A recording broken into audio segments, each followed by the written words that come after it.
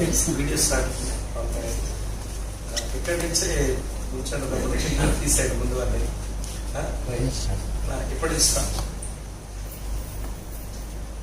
Okay, America దేశానికి చెందిన ఒక వైలన్ వాయించేటువంటి వాయిద్య కళాకారుడు లండన్ నుంచి తన స్నేహితుడిని, ఆయన కూడా వైలన్ బాగా వాయించే వాయిద్య కళాకారుడు, ఆయన్ని ఒక మ్యూజికల్ ప్రోగ్రామ్ పిలిచాడు యుఎస్కి. కనుక లండన్ నుంచి ఆయన యుఎస్కి వచ్చి కొంచెం ఆలస్యమైంది ప్రయాణంలో. కనుక వెంటనే ప్రోగ్రామ్కి వెళ్ళాలి. యుఎస్లో మన ఫ్రెండ్ అన్నాడట, త్వరగా మీరు ఫ్రెష్ అయిపోతే మనం వెళ్ళిపోవాలి నేరుగా ప్రోగ్రామ్కి అంటే. పాప ఆయన వాష్రూమ్లోకి వెళ్ళాడు. సరే, యుఎస్ ఆయనేమో గదిలో కూర్చొని, నేను వైలన్ వాయిస్తాను కానీ వీడు వాయించేది చాలా రమ్యంగా ఉంటుంది, జనాలు బాగా ఇష్టంగా ఉంటారు, అసలు నేను వాయిస్తున్న వాయిద్యం ఎలా ఉంటుందో ఒకసారి చూద్దామని అనిపించి ఆయన ఎట్లా వాష్రూమ్కి వెళ్ళాడుగా. తర్వాత సారీ చెప్పుకుందామని అని చెప్పి మొత్తానికి వైలన్ బాక్స్ ఇట్లా తెరిచి చూసేసరికి అందులో ఉన్నటువంటి వైలన్ సంగతి ఏమో కానీ అందులో బోల్డ్ అని ఉత్తరాలు ఉన్నాయి. అంటే మళ్ళీ షాక్ అనిపించింది, ఉత్తరాలు ఉన్నాయేంటి అని. అన్ని ఈయనకు వచ్చిన ఉత్తరాలే, అంత వేరు వేరు అడ్రస్లు ఉన్నప్పుడు వచ్చినాయి. కానీ ఫ్రమ్ అడ్రస్ అన్ని ఒక దగ్గర నుంచి వచ్చాయని తేలిపోయింది. ఎందుకంటే ఫ్రమ్ అడ్రస్ అన్ని ఒకటే. మరొక విడ్డూరమైన విషయం ఏంటంటే, ఏ ఉత్తరాన్ని కూడా ఆయన చింపి చదవలేదు. సరే, స్నేహితుడు వాష్రూమ్ నుంచి బయటకు రాగానే, ముందు నువ్వు క్షమించాలి, నీ పర్మిషన్ లేకుండానే నీ వైలన్ బాక్స్ ని తెరిచి వాయిద్యాన్ని చూడాలనిపించి, కానీ నాకు ఆశ్చర్యకరమైన ఒకటి కనబడింది. ఇందులో బోల్డ్ అని ఉత్తరాలు ఉన్నాయి. ఏ ఉత్తరం కూడా నువ్వు చించి చదవలేదు, ఎవరో ఒకే వ్యక్తి నువ్వు వేరు వేరు స్థలాలు ఉన్నప్పుడు రాసినట్టుగా ఉంది. ఎందుకంటే ఎవరో ఆ వ్యక్తి నువ్వెందుకు చెప్పలేదు అని చదవలేదని అడిగాట. అప్పుడు ఈయన అన్నాడు, ఉత్తరం రాసిన వ్యక్తి ఎవరో కాదు, ఉత్తరాలన్నీ నా భార్య దగ్గర నుంచి వచ్చాయి. ఆవిడే నేను అక్కడక్కడ ఉన్నప్పుడు ఉత్తరాలు రాస్తా ఉంటది, మరి ఎందుకు చెప్పి చదవలేదని అంటే ఈయన అన్నాడట, నేను కూడా అక్కడక్కడ ఉన్నప్పుడు ఆమె ఉత్తరాలు రాస్తుంటాను, నేను రాసిన ఉత్తరాలు ఆమె చదవదు, ఆమె రాసిన ఉత్తరాలు నేను చదవను. నేను రాసిన ఉత్తరాలు ఆవిడ చదవదు, ఆవిడ రాసిన ఉత్తరాలు నేను కూడా చదవను, బట్ ఉత్తరాలు మాత్రం రాసుకుంటూ ఉంటాం మేము ఎట్లా అన్నాడట. నేను ఈ ఫస్ట్ ఇలస్ట్రేషన్ ఈ మాట ఎందుకు చెప్పానంటే, దేవుడు సంఘమైన మనకు ఆయన రాసిన ఉత్తరాలు మనం చదవకపోతే మనం రాసిన ప్రార్థన ఉత్తరాలు ఆయన చింపి చదవడం. ఆయన మన కొరకు రాసిన సందేశాలు ఏదైతే ఉన్నాయో వాటిని మనం చదవకపోతే మనం రాసిన ఉత్తరం ఆయన ఎందుకు చదవాలి, దానికి ఎందుకు ఆయన రిప్లై ఇవ్వాలి. డెన్నిస్ లైల్ అనే ఒక దైవ సేవకుడు ఈ మాట చెప్పాడని మీతో నేను చెప్పబోతా ఉన్నాను. కనుక ప్రభు మన యొక్క విశ్వాసానికి, మన క్రియాశీలక జీవితానికి కావలసిన పాఠాలన్నీ కూడా తన దాసుల ద్వారా పత్రికలుగా వ్రాయిస్తే ఏమన్నా పత్రికలు మన చేతికి వచ్చాయి. సో అటువంటి పత్రికల్లో రోమీలకు రాసిన పత్రిక ఒకటి. ఈ రోమీలకు రాసిన పత్రిక మనం లోపలికి వెళ్లే ముందు ఈ పత్రికను గురించి మనం తెలుసుకోవలసిన చాలా కీలకమైన విషయాలు మనం తెలుసుకునే ప్రయత్నం చేయక తప్పదు. మొత్తం అంతా ఈ పుస్తక పరిచయం నేను చేస్తాను. ఈ పుస్తక పరిచయంలో స్నేహితులారా, మొట్టమొదట ఈ పుస్తక రచయిత అపోస్తలుడైన పౌలు అని మీరు ఎరుగుదురు, దానికి వేరుగా నేనే చెప్పనక్కర్లేదు. ఆయన స్టార్టింగ్ లో పౌలును అనే మాట ఆయన ఉపయోగించాడు కనుక రచయిత గురించినటువంటి వాదోపవాదాలే కలిగి. సరే, తన గురించి రచయిత యొక్క వివరణ 3 స్థలాలలో తన గురించి వివరణ ఇలా ఇచ్చుకున్నాడు. 11వ అధ్యాయం 13వ వచనంలోను, 15వ అధ్యాయం 15-20 వచనంలోను, 1వ అధ్యాయం 1వ వచనంలోను మనం గమనిస్తే తన గురించి తాను ఇచ్చుకున్న వివరణ ఏంటంటే అన్ని జనులకు అపోస్తలుడు.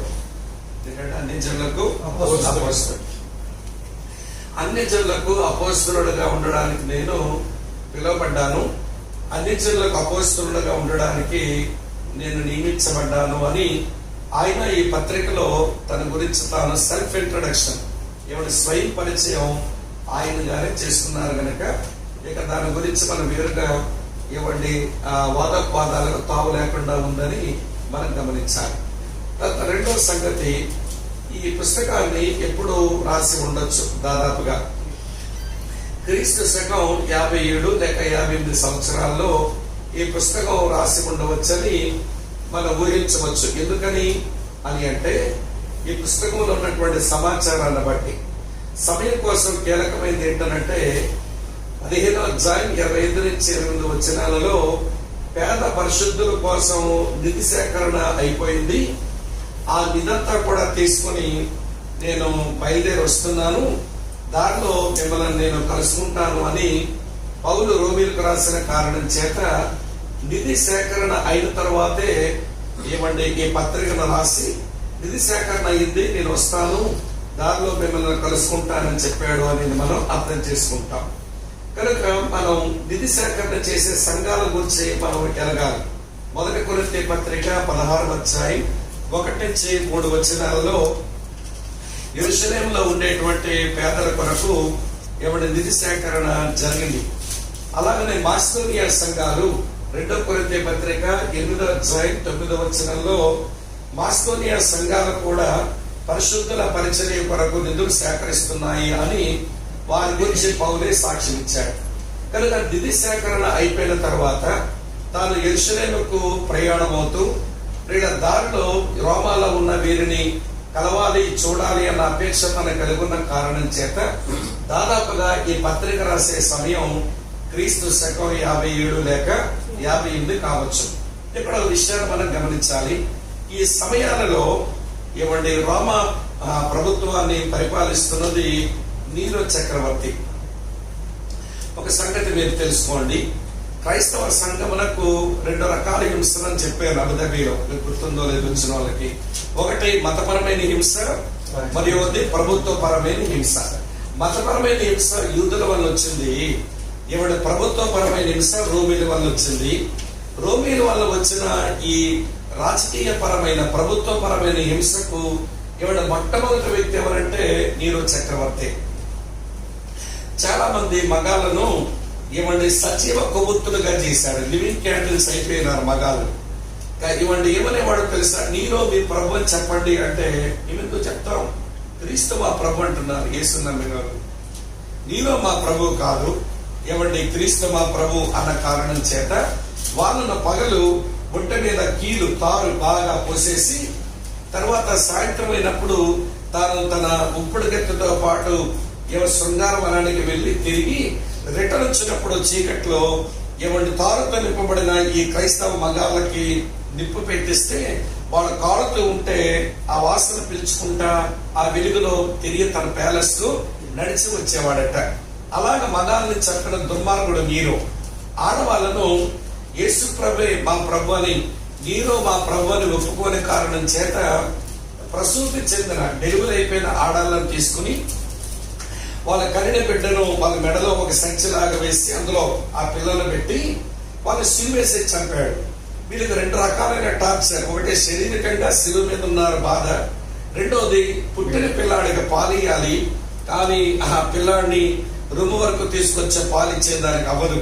కనుక మానసికంగా కూడా వాడు టార్చర్ పెట్టి శారీరకంగా టార్చర్ పెట్టి అట్లా చంపాడు నీరో చక్రవర్తి. సో అలాంటి వ్యక్తి పరిపాలన చేస్తున్న ఆ రోజుల్లోనే రోమాలో ఉన్న ఆ దేవుని పిల్లల సంఘానికి తాను పత్రికను ఆయన రాశాడు అనే విషయాన్ని మనసులో ఉంచుకోవాలి. హిస్టారికల్ బ్యాక్గ్రౌండ్ జ్ఞాపకం ఉంటే పౌలు యొక్క సాహసం, పౌలు యొక్క తెగువ, పౌలు యొక్క ఏమండి ధైర్యం అన్ని మనకు సేవ కొరకు ఇవన్నీ ఏమంటే మనకు అర్థమవుతూ ఉంటాయి. ఇది పత్రిక రాయబడినటువంటి సమయాలు. అటు తర్వాత రామా పత్రిక రాసే సమయానికి పని పూర్తయిందంటే నిధులు సేకరించే పని పూర్తయింది, బయలుదేరి వస్తాను అని ఆయన చెప్పాడు. సరే, ఎక్కడి నుంచి రాసినాడు ఇది అంటే కొరింథీ నుంచి ఈ పత్రికను రాశాడని చెప్పొచ్చు. అపోస్తల కార్యాలు 20వ అధ్యాయంలో మనం చూస్తే తన 3వ మిషనరీ ప్రయాణంలో కొరింథీలో 3 నెలలు ఉన్నట్లుగా మనం చూస్తాం. ప్రియులారా, 3 నెలలుగా ఆ స్థలంలో ఉన్న ఆ గడిలోనే తాను యెరూషలేము పర్యటనకు ముందు అంటే కొరింథీలో లాస్ట్ 3 months ఉన్నాడు. తర్వాత యెరూషలేముకు తాను ప్రయాణం చేస్తాడు. ఈ మధ్యలో ఏమంటే రోమా పత్రికను తాను వ్రాయటం అనేది సంభవించి ఉండవచ్చని బైబిల్ పండితుల యొక్క వ్యాఖ్యానం. అటు తర్వాత గమనించాల్సింది ఏంటంటే రోమా పత్రికలోనే గాయు, ఎరిస్తు అనేటువంటి ఇద్దరు వ్యక్తుల ప్రస్తావన ఉంది. గాయు కొరింథీ పట్టణానికి చెందినవాడు. అది మనం 1 కొరింథీ పత్రిక 1వ అధ్యాయం 14వ వచనంలో చూస్తాం. ఎరస్తు కూడా కొరింథీ పట్టణానికి చెందినవాడు. 2వ తిమోతి 4వ అధ్యాయం 20వ వచనంలో మనం చూస్తాం. వీరిద్దరి ప్రస్తావన రోమా పత్రిక 16వ అధ్యాయం 23వ వచనంలో పౌలు తీసి, వారు కూడా మీకు వందనాలు చెప్తున్నారంటే వారు తనతో ఉన్నారని, వారు కొరింథీ వారు కనుక ఆయన కొరింథీలో ఉండి ఈ పత్రికను రాశాడు అనే విషయాన్ని మనం అర్థం చేసుకోవాలి. ఇది రాసినటువంటి స్థలం, ఇది మీరు గమనించండి. కనుక ఈ పత్రిక ఎవరు పట్టుకుని పోయినారట? ఫీబే అనే సహోదరి. కొరింథీ పట్టణానికి దగ్గరకు ఉన్న పట్టణం కెంకరేయ పట్టణం. ఆ కెంకరేయ పట్టణానికి చెందినటువంటి సహోదరి ఫీబే ద్వారా ఈ పత్రికను పంపించినారు. ఇప్పుడు ఒక విషయం చెప్తాను.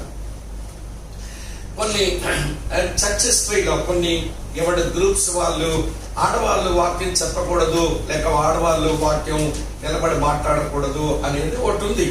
అంటే పురుషులు ఉన్నప్పుడు నిలబడి మాట్లాడడం అనేది వాళ్ళకి ఇబ్బందిగానే ఉంటుంది, వీలు వినడానికి అది ఇబ్బందిగానే ఉంటుంది. కానీ నేను ఈ వచనాన్ని హిస్టారికల్ గా ఆలోచించినప్పుడు, అరే స్త్రీలు ఆ కాలంలో ఎవరైతే ఒక పత్రికను మోసుకొని వచ్చారో వాళ్ళే ముందు పత్రికను చదివి ఎక్స్ప్లెయిన్ చేయాలి.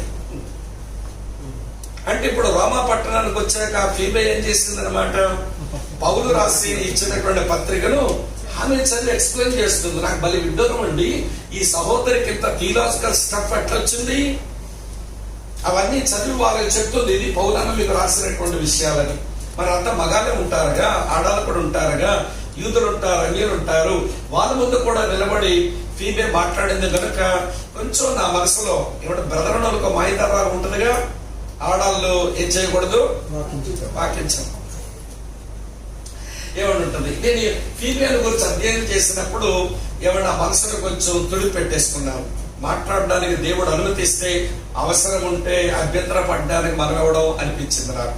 ఎందుకంటే ఫీబే 1వ శతాబ్దం సంఘంలోనే పౌలు రాసిన పత్రికను మోసుకుని వచ్చి రోమీల ముందు నిలబడి చదివి దాన్ని ఎక్స్ప్లెయిన్ చేస్తుందని అంటారు. మగలేగా వాళ్ళ ముందు నిలబడే చెబుతున్నది కదా ఈ వాక్యం. కాబట్టి మనం ఈ విషయంలో ఫ్లెక్సిబుల్ గా ఉండాలి. అలాగని ఈ మధ్య కాలంలో కొంతమంది మీ దగ్గర కాదులేండి, 2 తెలుగు రాష్ట్రాల్లో మాకు కాపరమ్మలు తయారయ్యారు, పెద్దమ్మలు తయారయ్యారు, అధ్యక్షురాలు తయారయ్యారు. సంఘానికి అధ్యక్షుడు ఉంటాడు కానీ అధ్యక్షురాలు లేరు. ఉన్నారు అధ్యక్షురాలు లేరు. సంఘమునికి పెద్దలు ఉన్నారు కానీ పెద్దమ్మలు లేరు. ఉన్నారు పెద్దమ్మలు. సంఘానికి కాపర్లు ఉన్నారు కానీ కాపరమ్మలు లేరు. అంటే కాపర భార్యని కాపరం అంటాం కానీ, పాస్టర్ అంటాం కానీ కాపరమ్మలు లేరు. అవును కదా చెప్పండి. కానీ ఈ మధ్యకాలంలో ఇలాంటి విషయాలన్నీ మనం చెప్పేవనుకోండి, మా లైసెన్స్ వచ్చిన చల్లరైపోతారు మా అక్కలు. మా దండ పెడతాను ఏమనుకోకండి. ఆ 2 తెలుగు రాష్ట్రాల్లో కొంతమంది అక్కలు ఉంటారే, ఓరి బాబోయ్, వాళ్ళ యొక్క ఒక సిద్ధాంతపరమైన సత్యాలు తెలియదు, సేవా జీవిత అనుభవం తెలియదు, ఒక సేవకు నేపథ్యం కింద ఉండరు. మేము మనగత్తలమే అనుకున్నట్టుగా తయారయ్యారు మన ప్రాంతాల్లో. వాక్యం చెప్పడం తప్పు కాదు, కానీ నీకు కంట్రోల్ చేసేటువంటి ఒక నాయకుడు, ఆధ్యాత్మిక నాయకుడు ఎవరు? నువ్వు చెప్పే బోధ అది సరైనదా కాదని నిన్ను విమర్శించి సరిచేసే వాళ్ళు ఎవరు ఉంటారంటే ఎవరు ఉండరు. విడ్డూరం చెప్పిన కోనసీమ ప్రాంతంలో సిస్టర్ గారు బాప్తిస్మాలు కూడా ఇస్తున్నారు. ఇస్తుంటే ఒక క్రైస్తవ వ్యతిరేకి ఆ ఫోటో చూపించి వీళ్ళిద్దరు జలకాలు ఆడుతున్నారు చూడండి అని పెట్టినాడు. అది కూడా చీకటి టైంలో, ఈవినింగ్ 6:30 టైంలో నీటిలో ఈ సేవకురాలు ఒక కుర్రగాడికి బాప్తిస్మం ఇస్తా ఉంటే వీళ్ళిద్దరు జలకాలు ఆడుకుంటున్నారు చూడండి అని వైరల్ చేశారు దాన్ని ఏపీలో. నువ్వు వాక్యం చెప్పావు, ప్రభువులను నడిపించావు, స్థిరపరిచావు. ఒక బ్రదర్ ఎవరైనా పిలిచి బాబు వచ్చి బాప్తిస్మాలు ఇవ్వండి అంటే ఎవరు రారు? నువ్వు ఒక కుర్రగాడికి నీటిలో దిగి నువ్వు బాప్తిస్మాలు ఇచ్చుడేంటి? కొంచెం అదనమాట. అది బ్యాలెన్స్ లేకపోతే రోడ్డు మధ్యలో ఉంటది, అటువైపు డిచ్ ఉంటుంది, ఇటువైపు డిచ్ ఉంటుంది. రోడ్డు మీద నడవాలి కానీ ఇలాగ ఈ డిచ్లో పడతానంటే నిన్నెవడు బాగు చేస్తాడు? రోడ్డులో అలాగ ఆ డిచ్లో పడతాను ఎటువైపు ఏదో ఎక్స్ట్రీమ్ ఉంటది, ఏదో కంచుకు వెళ్ళిపోయి మన ప్రమాదంలో పడతాం. క్రైస్తవ భక్తి విధానం సమతుల్యమైన భక్తి విధానం. Christian godliness is balanced godliness. A extreme కి మనం వెళ్ళిపోకూడదు, సమతుల్యతలో మనం ఉండాలి. చాలా మంది అక్కలు ఆ బ్యాలెన్స్ ఆంధ్రాలో తెలంగాణ తప్పిపోవడం ఈ రోజుల్లో చూసి చాలా దుఃఖపడతా ఉన్నాం. మరి కంట్రోల్ లేకుండా ఉన్నారు. అందులో ఒక అక్కల గురించి రోస్టింగ్ చేసినారు ఆ మధ్య. విన్నారు ఎప్పుడైనా మీరు రోస్టింగ్ ఛానల్? Roasting Phinehas. ఆమెను అంటే నాకు బాధేస్తుంది. మన సహోదరే కదా, మన ఇంట్లో ఆడపిల్లలు అయితే అలాగే చేసుకుంటామా అనిపిస్తుంది ఒక వైపు నుంచి. కానీ ఆమె చేసిన విపరీతాలకు అతగాడు ఎండగట్టడం, నేరుగా చెప్పి ఎండగట్టడాన్ని సంతోషిద్దును. దాన్ని యూట్యూబ్ లో పెట్టి ఎండగట్టడం అనేది కొంచెం మనస్తాపం అనిపిస్తుంది. మీ ఇంట్లో ఉన్న ఆడపిల్లలకి బోడుగుండు చేసి నిలబడతావు నువ్వు? సిస్టర్, మీరు ఇట్లా నెత్తి మీద గొంగ వేయించుకోవడం లేదు, అందుకనే మేము రోస్టింగ్ చేసే దాంట్లో మరి మీరు రాకుండా మీరు నెత్తి మీద ముసుగేసుకుని మీరు సరిగా పరిచయంలో ఉండాలని అని చెప్పే నీకు సామర్థ్యం లేదు, సమయం లేదు. కానీ వాళ్ళని బజారు పాలు చేయటానికి నువ్వు ఎలా తెగిస్తున్నావు? బైబిల్ పద్ధతి కదా. అంటే వాళ్ళు చేసే పనిని అది చాలా మనస్తాపం అనిపిస్తుంది. ఎంతమంది సిస్టర్స్ నండి మళ్ళీ రోస్టింగ్ చేసి మేము ఎంతో గన్ను అన్నట్టు ఉన్నారు. సరే, వాళ్ళు సత్యం కొరకు పోరాడుతున్నారు అని అనిపిస్తే, సత్యం కొరకు పోరాటంలో సరైన విధానంలో పోరాడితే బాగుంటది కదా అనిపిస్తుంది నాకు. సరే, వాళ్ళు పెద్దోళ్ళేమో, వాళ్ళు ఇందులో ఎవరున్నారో గుంపులో టీంలో మనకు తెలియదు. సరే, మనం ఎప్పుడైనా చేస్తున్నప్పుడు, నేను ఇందాక తమ్ముడితో చెప్పాను, ఎప్పుడైనా ఒక మనిషిని మనం కరెక్ట్ చేయాలనుకుంటున్నప్పుడు దానికి ముందు చేయాల్సిన పనులు మనం చాలా జాగ్రత్తగా చేయాలి. ఒక దైవజనుడు అన్నమాట నా భక్తి జీవితంలో బాగా నాటుకుంది. ఏంటనంటే, ఒక వ్యక్తిని నువ్వు విమర్శించడానికి ప్రయత్నం చేసే ముందు ఆ వ్యక్తి కొరకు నువ్వు ఎంత ప్రార్థన చేశావో అది ముందు చూసుకో అన్నాడు. ఒక వ్యక్తి ఇలాంటోడు అనే ముందు ఈ వేణి ఏ చేతికైతుందో ఆ చెయ్యి ఆ వ్యక్తిని గురించి దేవుని తట్టు ఎత్తడం నీకు వచ్చా అన్నాడు. ఆ వ్యక్తిని ఇలాగని విమర్శించబోతున్నావు, నువ్వు విమర్శించే ముందు ఆ వేణున్న చెయ్యి దేవుని తట్టు ఆ సహోదరుని విషయమై ఎత్తి ప్రార్థన చేసావా? ఇలా చెయ్యతే అలవాటు లేని నీవు చెయ్యి చూపించే హక్కు నీకు లేదన్నాడు. ఇక్కడ ఉన్నారా లేదా అన్నారు. కనుక ఆ విషయాలు మనం కొంచెం వంట పెట్టుగా బ్యాలెన్స్డ్గా ఉందాం. ఆ డిచ్చులో పడకండి, ఈ డిచ్చులో పడకండి, మధ్యలో రోడ్లో నడవండి. అక్కడికైనా మనకైనా ఎవరికైనా అదే సందేశం.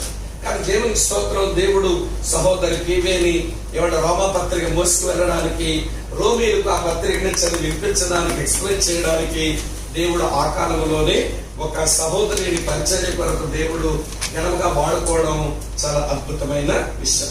మీరు అన్ని రాసుకోలేకపోతే లాస్ట్ వచ్చేసరికి మీ దగ్గర సెల్ ఫోన్ ఉన్నాయిగా, చిన్నది మీరు ఒక స్నాప్ షాట్ అట్లా తీసుకుంటే కూడా ఉపయోగపడుతుంది అన్నమాట. అంటే రిఫరెన్స్ లో మిస్ కాకుండా ఉంటారు. 8:9 మాస్టోనియా సంఘాల గురించి రాసినటువంటి మాట. ఓకే, మీకు అర్థమైంది అనుకుంటాను. రచయిత ఎవరు, సమయం ఎప్పుడు, ఎక్కడి నుంచి రాశాడు అనే విషయం మనకి 8-9 అధ్యాయం. 8-9 అధ్యాయం. 8 అధ్యాయం 8-9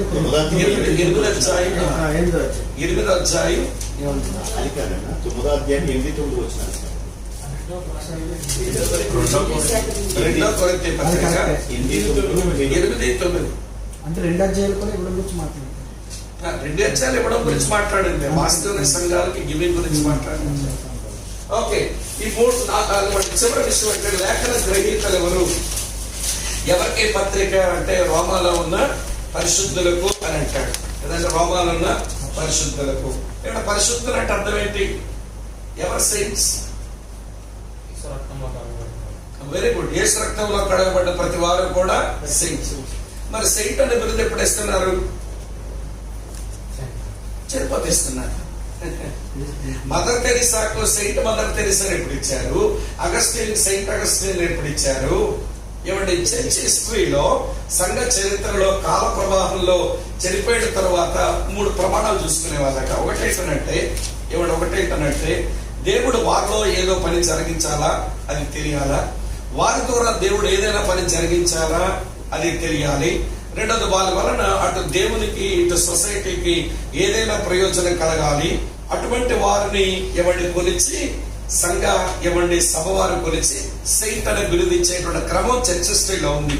కానీ బిబిలికల్ గా ఎవరు సెయింట్, ఎవరు పరిశుద్ధులు అంటే దేవుని రక్తంలో కడగబడి రక్షించబడి ప్రభు కొరకు ప్రత్యేకించబడిన వారంతా కూడా సెయింట్స్ అవుతారు. ఇప్పుడు గదిలో ఎవరున్నారు ఇక్కడ చెప్పడానికి కొంచెం డబ్బులు ఉన్నాయి చెప్పడం. ఇక్కడంతా ఎవరున్నారు ఈ గదిలో? పరిశుద్ధులు ఉన్నారు. పరిశుద్ధులు ప్రభు కొరకు మనం ప్రత్యేకించబడిన పరిశుద్ధ రోమాలో ఉన్న పరిశుద్ధులు ఆ పత్రిక అయితే ఇవ్వండి ప్రభువుని అంగీకరించి రక్షించబడి ఆయన రక్తంలో కడగబడి ఆయన ఉద్దేశాల కొరకు తాము ప్రత్యేకపరుచుకున్న ప్రతి వారు వారి పరిశుద్ధులు అని అనబడతారు. ఇది ఈ పత్రిక యొక్క గ్రహీతలు. సో పుస్తక పరిచయంలో ఇవి తెలియాల్సిన కీలకమైన విషయాలు. దాని తర్వాత సంగతి ఆలోచిద్దామండి. ఈ పుస్తక పరిచయంలోనే మరి రోమాలోని సంఘం దాని మూలం ఏంటి, దాని నిర్మాణం ఎట్లా జరిగింది, ఎవరి చర్చను ఎస్టాబ్లిష్ చేశారు, ఈ సంఘ మూలాల్లో ఎవరున్నారు, ఇది మనకి తెలియాల్సిన ఒక కీలకమైనటువంటి విషయం. ఎందుకనంటే నాకు పరిచయం ఏంది, నా పరిచర్య పొందింది, లేకపోతే నాకు సంబంధం లేని వారికి పత్రిక రాసేది అనుకోండి, నా మనస్సు నా ఉద్దేశాలు వాళ్ళకి అర్థం అవుతాయి, అర్థం కావు. మరి వాళ్ళు నా వల్ల వచ్చారా లేకపోతే ఎవరి వల్ల వచ్చారా, వాళ్ళకి నేను ఏం చెయ్యాలి అనేది దీని మీద చాలా కసరత్తు అవసరం ఉంటుంది.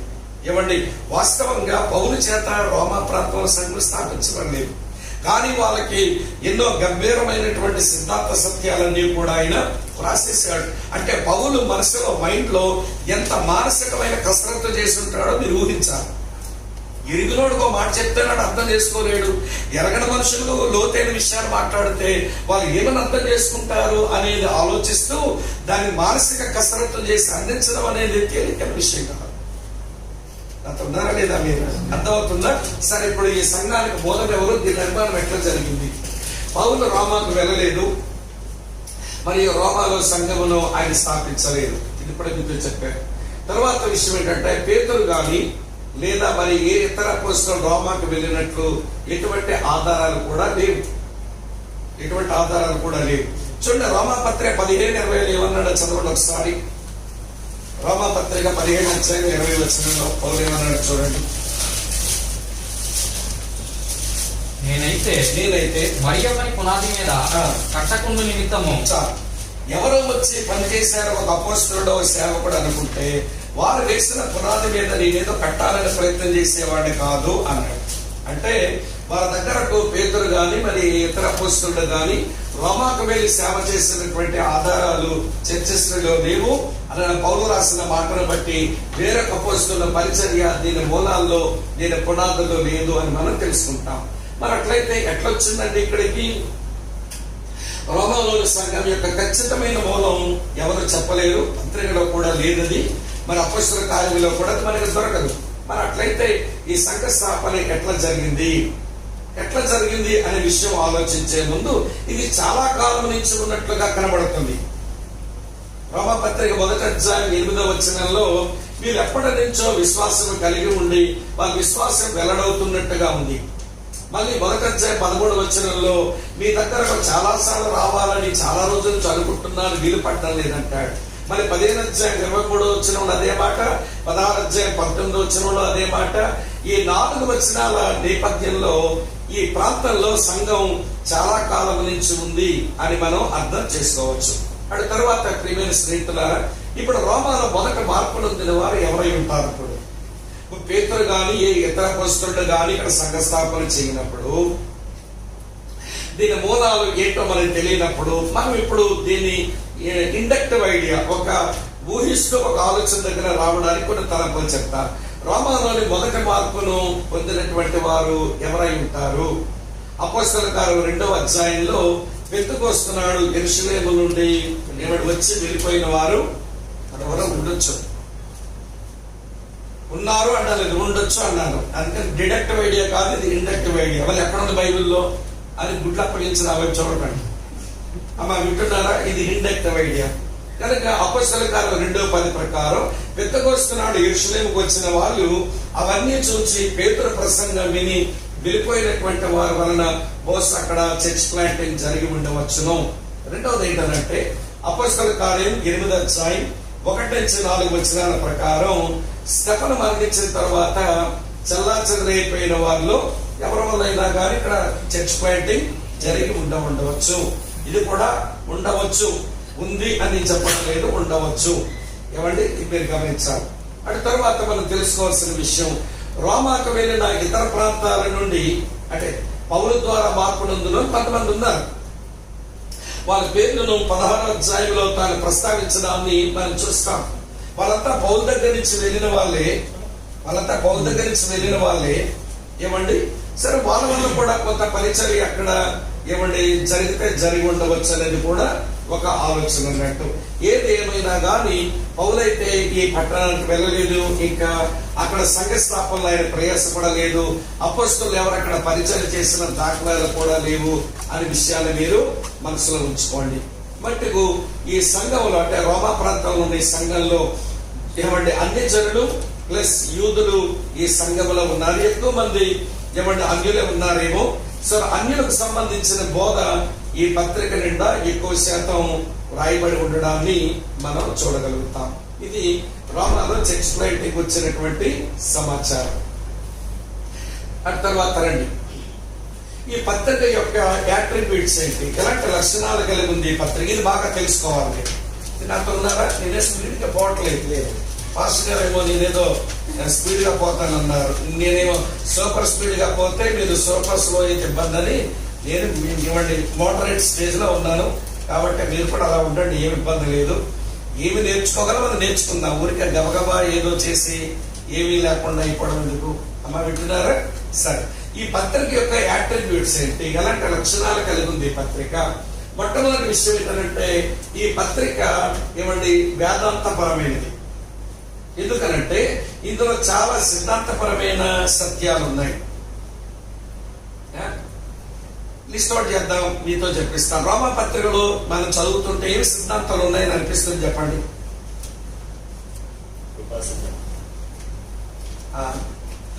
Doctor of grace, very good. ఇంకా ఏమండి?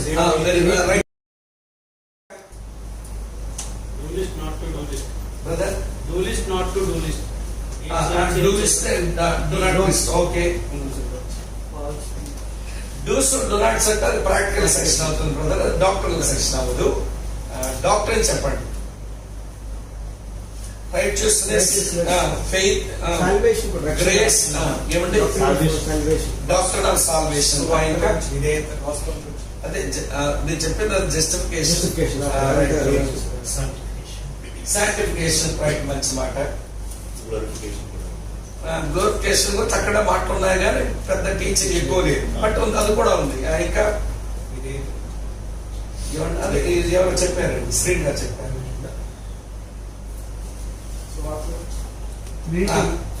Very good. Doctrine of Trinity, త్రిత్వ సిద్ధాంతం ఉంది. ఇవి మీరేమన్నారు? గాస్పల్, డాక్టర్ ఆఫ్ గాస్పల్, ఏమంటే స్వార్థ సిద్ధాంతం ఉంది. Very good. ఇంకా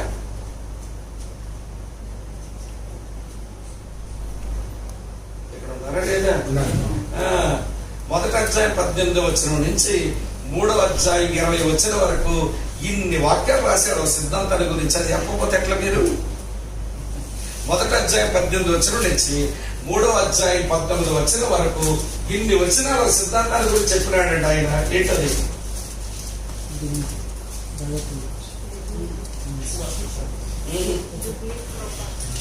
ఏంటమ్మా?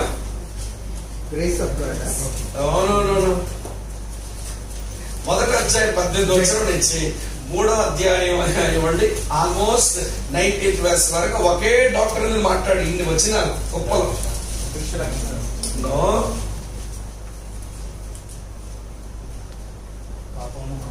Very good. పాపాల గురించి doctor of sin, doctor of sin. తర్వాత 12వ అధ్యాయం 1వ వచనం నుంచి 15వ అధ్యాయం ఏమండి చివరి వరకు మరొక డాక్టర్ ఆఫ్ సెక్షన్ అది. అది చెప్పడం లేదండి మీరు. అందులో డూస్ డు నాట్స్ ఉంటాయి బ్రదర్ చెప్పినట్లుగా, బట్ అది ఒక డాక్టరింగ్ అందులో వెనకాల ఉంది. పైన డ్యూటీ ఫోకస్ అయింది కానీ ఏంటది? నూతన జీవం 6వ అధ్యాయం చదువుతున్నారా? 12వ అధ్యాయం. మీరు వచనాలను చదవకండి, ఇది ఓవరాల్ ఐడియా కూడా చెప్తున్నాను. వచనంలోకి వెళ్ళేసారి వెళ్దాం రండి. కాదండి, 12వ అధ్యాయం 1వ వచనం నుంచి 15వ అధ్యాయం చివరి వచ్చిన పలకరింపులు మళ్ళీ పౌలు రాసే వరకు మధ్యలో దేని గురించి రాశాడు? సంఘం. Very good. సంఘం, చర్చ్ అండ్ ఇట్స్ డ్యూటీస్. సంఘము దాని విధులను గురించి 12 అధ్యాయుల నుంచి 15 అధ్యాయం చివరి వరకు రాశాడు. సో ఇప్పుడు ఏమొచ్చినాయి? డాక్టర్ ఆఫ్ గాడ్ వచ్చింది, అదే ట్రినిటీ అని చెప్తున్నారు. మరి క్రైస్తవ గురించి లేదా ఇందులో? అది ప్రధానమైన విషయం కదా, మర్చిపోయారే. డాక్టర్ ఆఫ్ క్రైస్ట్ తర్వాత మరి పరిశుద్ధాత్మ గురించి ముందుగా ఇందులో ఎక్కువ doctrine of the Holy Spirit, తర్వాత డాక్టర్ ఆఫ్ సిన్, తర్వాత డాక్టర్ ఆఫ్ జస్టిఫికేషన్, అదే సాల్వేషన్ అనుకుందాం. అందులో జస్టిఫికేషన్, సాంటిఫికేషన్, గ్లోరిఫికేషన్ కలిపి అయిపోయింది. తర్వాత డాక్టర్ ఆఫ్ చర్చ్ ఉంది.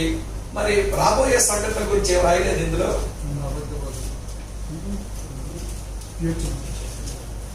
ఫ్యూచర్ గురించి, రాబోయే సంగతుల గురించి, జరగబోయే సంగతుల గురించి ఏం రాయలేదా? ఎస్కటాలజీ కూడా ఉంది. అది ఉందంటే ఎక్కడుందని అడుగుతా మళ్ళీ చెప్తాం. 8వ అధ్యాయంలో రాబో మహిళలకు ఇప్పుడు కావాల్సిన సమయంలో ఎంత దగ్గర కావు. ఇంకా అంతేనా? 13వ అధ్యాయంలో ఎంత స్పష్టంగా ఉండో పాసేజ్ ఉంటుంది, సింగిల్ వెర్స్ కాదు. మనము రక్షించబడిన దానికంటే ఇప్పుడు మనకు రక్షణ విశ్వాసమైన మనకు ఇప్పుడు రక్షణ సమీపంగా ఉంది. ప్రభు రాబోతున్నాడు, మీరు మర్యాదగా నడుచుకోండి. ఎవరికి చాలా మంచి టీచింగ్ ఉంది, అది సంఘానికి వచ్చింది. సో ఇప్పుడు ఏంటన్నమాట, డాక్టర్ ఆఫ్ గాడ్ ఉంది, డాక్టర్ ఆఫ్ క్రైస్ట్ ఉంది, తర్వాత డాక్టర్ ఆఫ్ హోలీ స్పిరిట్ ఉంది, డాక్టర్ ఆఫ్ సాల్వేషన్ ఉంది, డాక్టర్ ఆఫ్ చర్చ్ ఉంది, డాక్టర్ ఆఫ్ సిన్ ఉంది, డాక్టర్ ఆఫ్ ఏమంటే కమింగ్ ఈవెంట్స్ ఉంది, రాబోయే సంగతుల గురించి ఉంది. ఇంకో విషయం అడగాలి మిమ్మల్ని, ఏమండి ఆ స్క్రిప్చర్ గురించి ఏమి లేదా ఇందులో? ఎవరు మాట్లాడలేదు? వాక్యం గురించి ఏమి లేదా? ధర్మశాస్త్రం గురించి కాదు, వాక్యాల గురించి ఏమి లేదా? బోల్డ్ అంత ఉందండి. అసలు స్టార్టింగ్ లో ఉంది పరిశుద్ధ లేఖనాల ప్రస్తావన. సో డాక్టర్ ఆఫ్ స్క్రిప్చర్స్ ఉన్నాయి. అమ్మ ఇప్పుడు చెప్పండి, సిస్టమేటిక్ ఇవ్వాలంతా వచ్చింది. ఏమంటే మొట్టమొదటి డాక్టర్ ఆఫ్ స్క్రిప్చర్స్, వాక్యమును గూర్చిన శాస్త్రం ఈ పుస్తకం ఉంది. డాక్టర్ ఆఫ్ గాడ్, దేవుని గూర్చిన సిద్ధాంతం ఈ పుస్తకం ఉంది. డాక్టర్ ఆఫ్ క్రైస్ట్, క్రీస్తుని గూర్చిన సిద్ధాంతం ఇందులో ఉంది. Doctrine of the Holy Spirit ఇందులో ఉంది. డాక్టర్ ఆఫ్ సిన్ ఇందులో ఉంది. డాక్టర్ ఆఫ్ చర్చ్ ఇందులో ఉంది. డాక్టర్ ఆఫ్ ఫ్యూచర్ ఈవెంట్స్ ఇందులో ఉంది. తర్వాత ఇంకేం మాట్లాడుకున్నాం మనం? అదే doctor of salvation, justification, sanctification ఇందులోనే ఉంది. ఒక మాటలో చెప్పాలంటే రోమిలకు రాసినటువంటి పత్రిక అది సిద్ధాంతపరమైన పత్రిక, ఇది వేదాంతపరమైన పత్రిక. క్రమమైన దేవశాస్త్రంలో ఎన్ని బ్రాంచెస్ అయితే ఉంటాయి, సిస్టమేటిక్ థియాలజీలో ఎన్ని బ్రాంచెస్ అయితే ఉంటాయో వాటి గ్లిప్స్ మొత్తం ఈ 16 అధ్యాయాల్లో మనకి కనబడతాం. ఏమండి దాన్ని బ్రేకప్ చేసి మీరు తీసుకోగలిగారు అనుకోండి, మీరు బిబిలికల్ థియాలజీ తెలిసిన వారుగా మారిపోతారు. మీరు ఏమంటే గ్రంథ దేవశాస్త్రాన్ని తెలిసిన వారుగా మనం మారే అవకాశం ఉంది. సో ఈ పుస్తకం యొక్క నేచర్ ఏంటంటే, దీని యాట్రిబ్యూట్స్ ఏంటంటే ఇది వేదాంతపరమైనది, చాలా సిద్ధాంతపరమైన సత్యాలు ఉన్నాయి. చదువుతున్నప్పుడు ఈ వచనం ఏ సిద్ధాంతం చెందింది అన్నట్టుగా మీరు ఆలోచించాలి. గలగల సూపర్ స్పీడ్ గా చదవకండి, కొంచెం సూపర్ స్లోగా చదివి ఈ వచనం ఏ సిద్ధాంతానికి చెందింది, ఎందుకంటే సిద్ధాంతపరమైన పుస్తకం. అలా మీరు ఆలోచించడం వచ్చిందనుకోండి, బైబిల్లో ఏ పుస్తకం అయినా ఏ వచనం అయినా దాంట్లో ఏముందనేది మీకు మీరుగా ఆలోచించుకోవడానికి వీలుంటుంది. అమ్మ నాతో ఉన్నారా తమిళు? నాతో ఉన్నారా? అర్థమవుతుందా అండి? రెండవ సంగతి ఏంటంటే, దీనికి పుస్తకానికి 17 వచనాల సుదీర్ఘ విషయ పరిచయం ఉంది. 17 వెర్సెస్ ఇంట్రొడక్షన్. ఏ పుస్తకానికి అంత ఇంట్రో ఉండదు, కానీ ఈ పుస్తకానికి 17 వచనాల ఎవరి సుదీర్ఘమైనటువంటి పరిచయాన్ని మనం చూడగలుగుతాం. రైట్? అండ్ తర్వాత పుస్తకం తర్వాత నేర్చు ఏంటంటే, దీంట్లో పర్సనల్ కంక్లూజన్ ఉంది, తన వ్యక్తిగత ముగింపు ఉంది.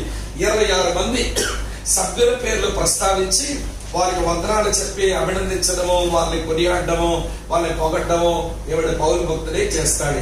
ఈ పుస్తకానికి ఉన్న మరొక మంచి లక్షణం అది. తర్వాత పాత నిబంధన ఏమండి యొక్క ఉపయోగం అతిగా జరిగింది పుస్తకంలో. పాత నిబంధన యొక్క ఉపయోగం అతిగా జరిగింది. ఉదాహరణ చెప్పండి, రామపత్రిక 16 అధ్యాయాల్లో పాత నిబంధనలు ఏ భాగాలు వచ్చాయి చెప్పండి ఒకసారి. రెఫరెన్స్ ఉంటే కూడా చెప్పాలి. రెఫరెన్స్ లేని ఏమంటే వాదన వేదన కూడా చెల్లదు. నాకు రెఫరెన్స్ కావాలి. మీ పొడి మాటలు నాకెందుకు? మీ పొడి మాటలు నాకెందుకు? అమ్మా అది నాకు రెఫరెన్స్ గా కావాలి. ఏ పాత నిబంధన అకరణం అంటే రెఫరెన్స్ ఏమంటే పౌలు భక్తుడు ఇందులో తెచ్చి వాడాడు. హబక్కూకు 2:4 వెరీ గుడ్. నీతిమంతుల విశ్వాసముగా జీవించును. తర్వాత 7:9-7 అది ఆదికాండం 18వ అధ్యాయంలో మనం చూస్తాం. అబ్రహాము సంతానమైన వారి పిల్లగా ఇస్సాకు అన్నది నీ సంతానం అనబడింది. Okay very good. ఆదికాండం 18 అప్పుడు సారా కుమారుడు 18 రైట్ కరెక్ట్ మంచి మాట. ఇంకా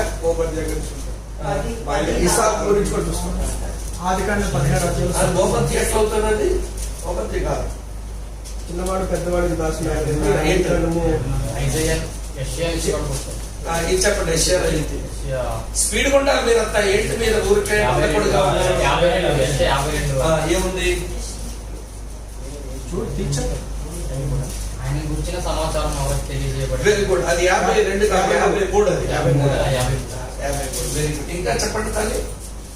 పాత నిబంధనలో ఏవైనా వాక్య భాగాలు అదిగా ఉపయోగించేశాడు పౌలు. ఇందులో ఏ వాక్య భాగాలు తాను ఉపయోగించినాడు అనేది మీరు ఏమండి ఒకసారి చెప్పండి. తర్వాత ఆదికాండం 17వ అధ్యాయంలో సున్నతి గురించి వెరీ గుడ్. ఆదికాండం 17వ అధ్యాయం సున్నతి గురించి. ఇక్కడ 2వ అధ్యాయం వాడాడు. మంచిది. 4వ అధ్యాయం కూడా వాడాడు. ఓకే. పాపాల గురించి మాట్లాడినప్పుడు నీతిమంతుడు లేడు ఒక్కడు లేడు. ఏమంటే 14వ కీర్తన. చెప్పండి ఎక్కడది? ఆదికాండము 25. ఆదికాండం 20. నిర్గమకాండం 2వ అధ్యాయం 19వ వచనంలో మంచి మనసు కొరకు పరో హృదయాన్ని కట్టుపట్టినట్టు 2 అంటున్నారు. అందుకే నాకు 2 కాదు.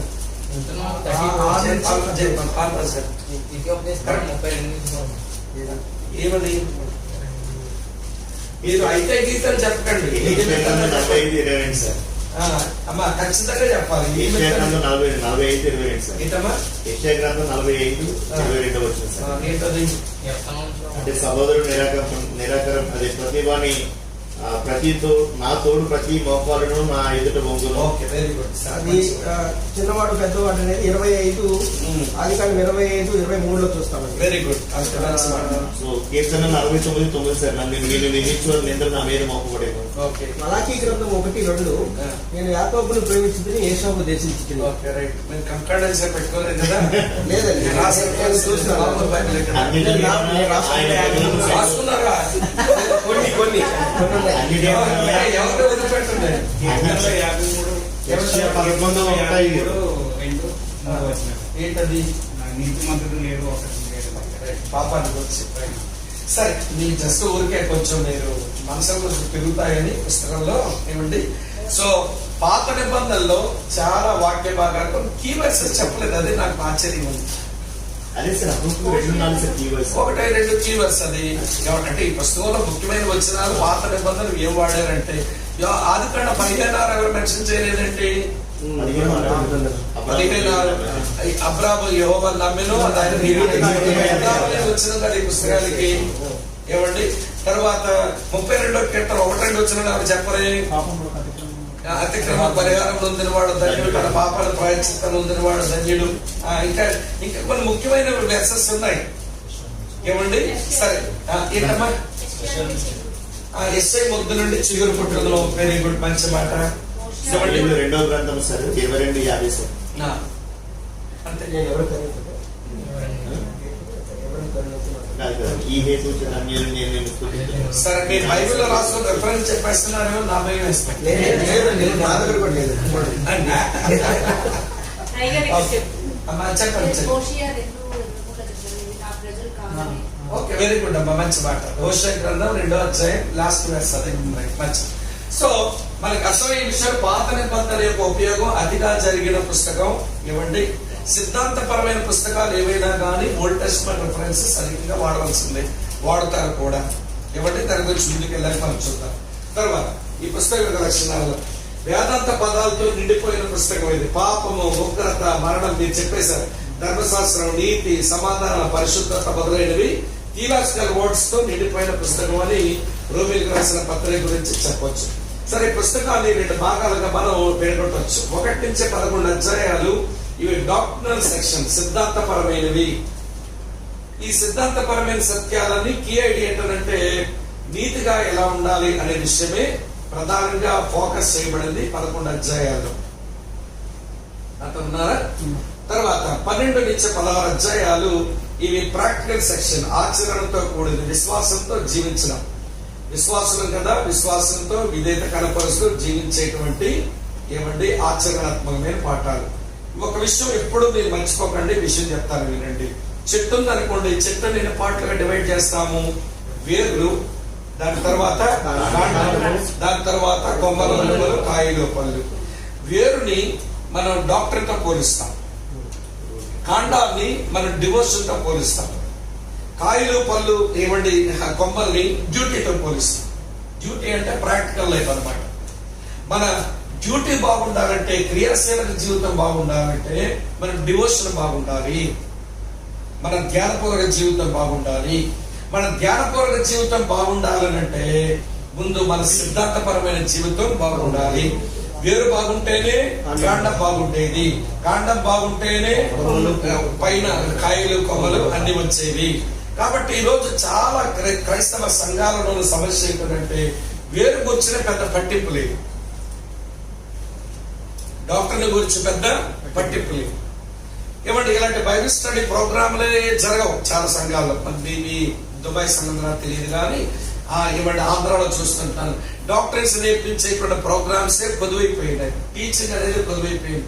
బైబిల్ స్టడీస్ పెద్ద చోటు ఉండదు, ఎంతసేపు ప్రీచింగ్.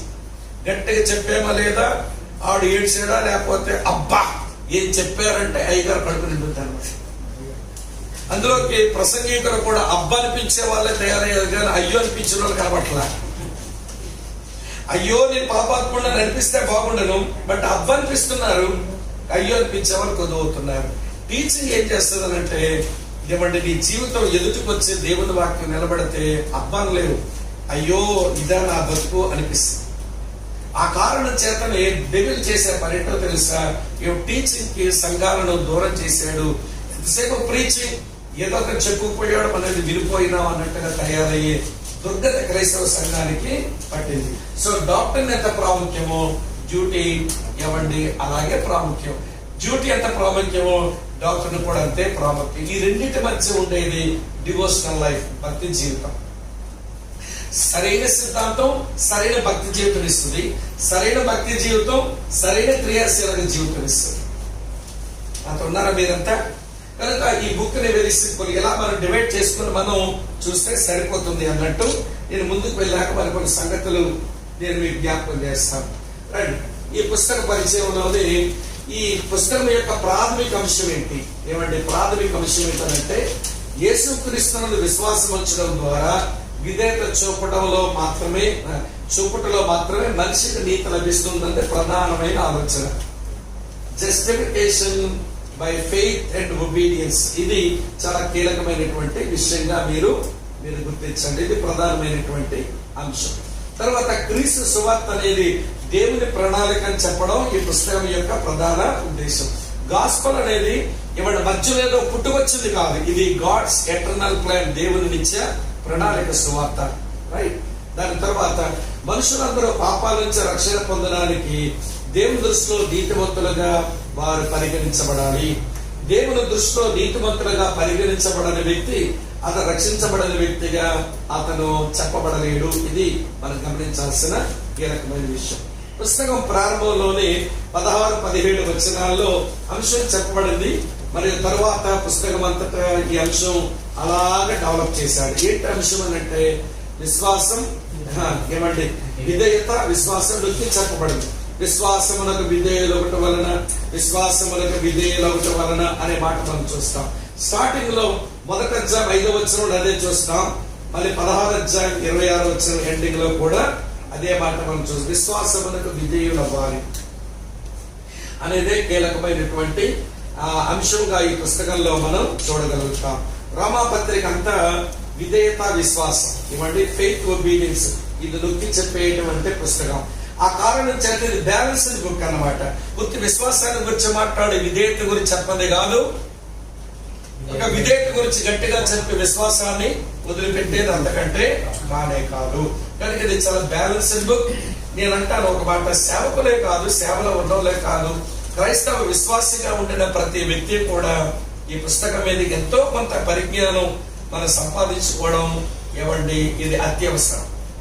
అత్యవసరం అంటే ఎసెన్షియల్, నాట్ ఆప్షనల్. ఏమండి ఎసెన్షియల్, నాట్ ఆప్షనల్.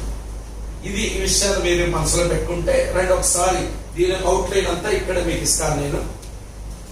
ఈ అవుట్లైన్ మీరు బాగా రాసుకోండి. అక్కడ హైలైట్స్ చెప్పేస్తాను ఇప్పుడే. దీన్ని మీరు మీ బైబిల్ పక్కనే ఒక కాలు మీద బైబిల్ పెట్టండి, ఒక కాలు మీద నోట్స్ పెట్టండి, చేతిలో పెన్ను పెట్టండి. ఎడవ కాలు మీదేమో ఏమంటే బైబిల్ ఉండాలి, కుడి తొడ మీద ఏమో నోట్స్ ఉండాలి, చేతిలోనేమో పెన్ను ఉండాలి. అట్లుంటేనే అవుతుంది పని. ఏమండి సో మొత్తం ఈ పుస్తకం యొక్క జనరల్ అవుట్లైన్, సాధారణ రూపురేఖల్ని వరుసగా మనం చూస్తాం. రైట్, ఇందులో మొట్టమొదటి 1 నుంచి 17 వచనాలు. ఇది విషయ పరిచయ భాగం. 1 నుంచి 17 వచనాల మొదటి అధ్యాయంలో. ఇందులో మేజర్ వెర్సెట్ అంటే 17వ వచనం అండర్లైన్ చేశాను మీ బైబిల్. ఇప్పుడే నా కళ్ళ ముందు అండర్లైన్ చేయండి అందరూ. నీతిమంతుల విశ్వాస మూలముగా జీవించగల రాయబడిన ప్రకారం విశ్వాస మూలముగా అంతకంతలో విశ్వాసం కలుగుచున్నది. అమ్మా అది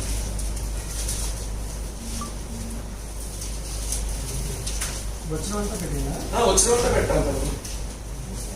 నీతిమంతుల విశ్వాస మూలముగా జీవించు, అక్కడ నెత్తి మీద పక్కన రాసేసుకోండి.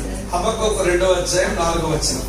ఈ మాట దైవజనుడు హబక్కూకు గ్రంథం 2వ అధ్యాయం 4వ వచనాన్ని తీసుకుని ఇక్కడ క్రోడీకరించినాడు అన్నమాట.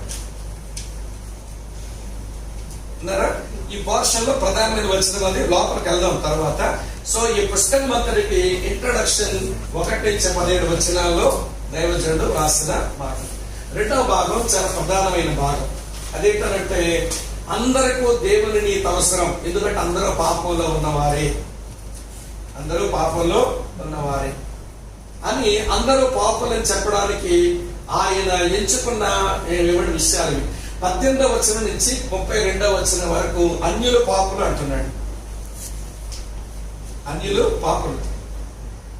ఎలాగ వీరు పాపులయ్యారు అని అంటే, దేవుని ఎరిగి ఉండి వారి స్వాభావిక మనసులో దేవుడు ఉన్నాడని ఎరిగి ఉండి కూడా దేవునికి కృతజ్ఞతాస్తుతులు చెల్లించక వారి వాదముల యందు వారు విద్దులైపోయారు.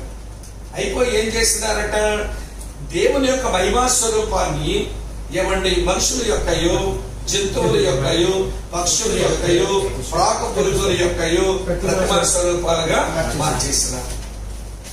దేవుని స్వరూపాలు వీళ్ళు మార్చినారు, ఇప్పుడు దేవుడు వీరి స్వరూపాన్ని మారుస్తాడు. ఈ వచనాలు అండర్లైన్ చేయండి. 24, 26, 28లో ఏమంటే 24లో రాసి ఉంటుంది అపవిత్రతకు అప్పగించెను అనే మాట అండర్లైన్ చేయండి. ఇంగ్లీష్ బైబిల్లో గాడ్ గేవ్ దెమ్ ఓవర్ అని రాసి ఉంటుంది. 24 వచనం చూడండి అమ్మా, ఇంగ్లీష్ బైబిల్ కలిగిన వాళ్ళు. దేవుడు నా పవిత్రతకు అప్పగించాడు. అండర్లైన్ చేయండి. అది ఇంగ్లీష్ మీద రాసి ఉంటా గాడ్ గేవ్ దెమ్ ఓవర్. 26వ వచనంలో సేమ్ పదం ఉంటుంది, మళ్ళీ అండర్లైన్ చేయండి. దేవుడు తుచ్చమైన కోరికల వారిని అప్పగించాడు, అండర్లైన్ చేయండి. మళ్ళీ 28వ వచనంలో అదే పదం ఉంటుంది చూడండి. చేయరాని కార్యములు చేయటకు దేవుడు భ్రష్ట మనుషులకు వారిని అప్పగించాడు. గాడ్ గేవ్ దెమ్ భ్రష్ట మనసుకు వారిని అప్పగించాడు. అపవిత్రతకు అప్పగించాను, తుచ్చమైన కోరికలకు అప్పగించాను, భ్రష్ట మనసుకు అప్పగించాను. ఎందుకని? అదే దేవుని యొక్క ప్రెసెంట్ వర్తమాన కాలపు దేవుని కోపం. మన చుట్టూ ఉన్నటువంటి మనుషులు అపవిత్రతలో వారు ఉన్నారనంటే మనమే పెద్ద పవిత్రమైనట్టు వాళ్ళు విమర్శించకండి. వాళ్ళు దేవుని తట్టు తిరిగి రావడానికి దేవుడు అపవిత్రతగా వాళ్ళు వదిలిపెట్టాడు. మరికొంత తుచ్చమైన కోరికలు ఉంటారు, మరికొంత భ్రష్ట మనసులు ఉంటారు. ఇవన్నీ కూడా వారు వారి పాపముల విషయమే, ఆ రొప్పి విషయంలో నొప్పి కలిగి వారు వెనక తిరగాలన్నది దేవుని యొక్క ప్రధాన ఉద్దేశం. మొత్తానికి 1వ అధ్యాయం 18వ వచనం నుంచి, నాతో ఉన్నారా మీరంతా? 18వ వచనం నుంచి 32వ వచనం వరకు ఈ భాగం అంతా అన్యులందరూ పాపులే అనేది ఖరారు చేస్తారు. నాతో ఉన్నారా? నాతో ఉన్నారా? ఎవరి తర్వాత 2వ అధ్యాయం 1వ వచనం నుంచి 3వ అధ్యాయం 8వ వచనం వరకు యూదులు కూడా పాపులే. యూదులు కూడా పాపులే. రోమపత్రిక 3:23 ఒకసారి చెప్పండి నాకు, చూడకుండా చెప్పండి. రైట్. ఏ భేదము లేదు, అందరూ పాపం చేసి ఏ భేదము లేదన్నమాట ఎందుకు అనాల్సి వచ్చింది? మాట అయితే రెండుకి సంబంధించింది సార్. ఆ మాట దగ్గర 2 వచనం సంబంధించింది సార్. అది ఏ భేదం లేదని ఎందుకు చెప్పాల్సి వచ్చింది? యూదులు కూడా ఇంక్లూడ్ చేస్తాం. మీరు సింపుల్ గా ఆశ్రయం రావట్లేదు. రౌండ్ ఆఫ్ గా టీచింగ్ లో లాజిక్ లేదు. ప్రభు తప్ప అందరూ పాపం చేస్తున్నారు కాబట్టి ప్రభు తప్ప అందరూ పాపం. ఏ భేదం లేదంటే ప్లెయిన్ గా మీరు చెప్పండి తల్లి. అందరూ ఒకటే. ఏ భేదం లేదని అనవలసి వచ్చిందంటే ఎందుకు అనాల్సి వస్తుంది? దేవుని ఏదో భేదం ఉందనే కదా అర్థం. ఏదో భేదం ఉందనే కదా అర్థం. సరే, ఏ భేదం లేదనంటే ఏదో భేదం ఉంది. ఏంటా భేదం అంటే ఏమండి, అన్యుల పాపలు, మేము పాపలం కాదు. ఎందుకు మేము పాపలం కాదు? మాకు ఏమండి వర్తకర్తలు ఉన్నారు, మాకు వాగ్దాన నిబంధనలు ఉన్నాయి, మాకు అర్చనాచారాలు ఉన్నాయి, మాకు వింటున్నారా, యేసుక్రీస్తు మాలో నుంచే పుట్టాడు. ఎక్కడో కొంచెం మేము స్పెషల్ కొట్టున్నారు. పౌలు ప్రూవ్ చేస్తున్నాడు ఏ భేదము లేదు, అందరూ పాపం చేసిన వారే. సో 22వ వచనం కలెక్షన్ ఉందన్నాడు కదా ఏమంటే కళ్యాణ్ పాస్టర్ గారు. ఏమంటే అందరూ పాపం చేసిన వారు కాబట్టి అందరూ దేవుని నీతి అవసరంలోనే ఉన్నారు. నమ్ము వారందరికీ అందరూ పాపం చేసిన వారే కాబట్టి అందరూ నీతిమంతులు తీర్చబడవలసిన అవసరంలో ఉన్నారు. సో దీన్ని బట్టి ఏం జరుగుతుంది అనమాట, యూదులు కూడా పాపలే. తర్వాత 3వ అధ్యాయం 9-20 వచనాల్లో సార్వత్రికం. సార్వత్రికం అంటే ఏమంటే యూనివర్సల్ గా, ఇక పాపం లేని బ్రదర్ మాట చూడండి, యేసు ప్రభుని మినహాయిస్తే అందరు కూడా పాపం చేసిన వాళ్ళే. ఆ లాస్ట్ పోర్షన్ లో అందరూ అనే మాట పౌలు ఉపయోగించడానికి గల కారణం అదే.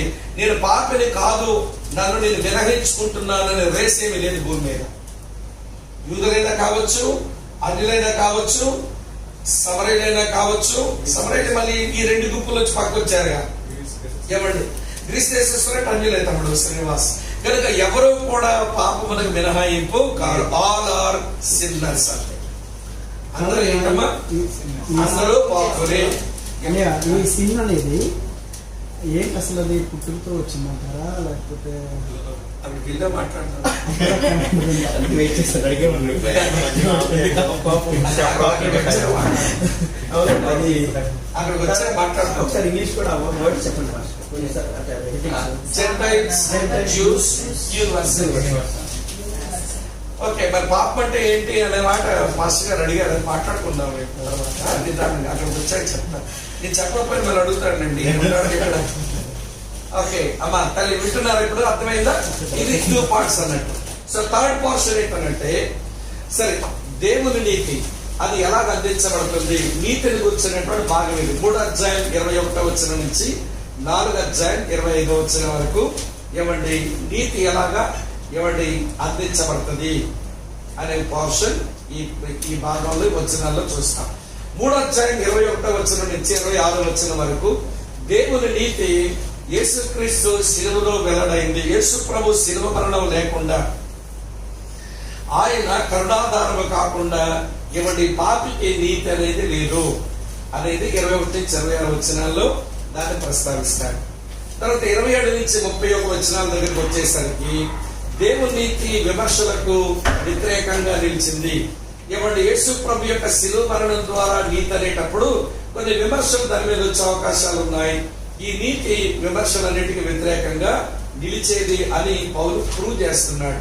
అది 27-31 వచనాల్లో. 4వ అధ్యాయం అంతా కూడా 4వ అధ్యాయంలో దావీదు ప్రస్తావన కూడా ఉంటుంది. కానీ ప్రధానంగా స్టార్టింగ్ లో ఎండింగ్ లో అబ్రాహాములో దేవుని నీతి ఎవరి పౌలు భక్తులు వర్ణిస్తారు. ఇందులో దావీదు ప్రస్తావన ఉంటుంది, మధ్యలో దావీదు ప్రస్తావన ఉంటుంది. కానీ ప్రధానంగా స్టార్టింగ్ ఎండింగ్ అబ్రాహాము గురించి ఉంటుంది. కాబట్టి అబ్రాహాములో దేవుని నీతి వర్ణించబడ్డాన్ని మనం ఈ పోర్షన్ లో మనం చూడగలుగుతాం. ఒక మాటలో చెప్పాలంటే ఏమండి జస్టిఫికేషన్ ఎలా జరుగుద్ది, ఓ పాపి నీతిమంతుడికి ఎలా తీర్చబడతాడు, నీతిమంతునిగా తీర్చబడ్డానికి యేసు ప్రభు యొక్క శిలువ మరణమే కారణం.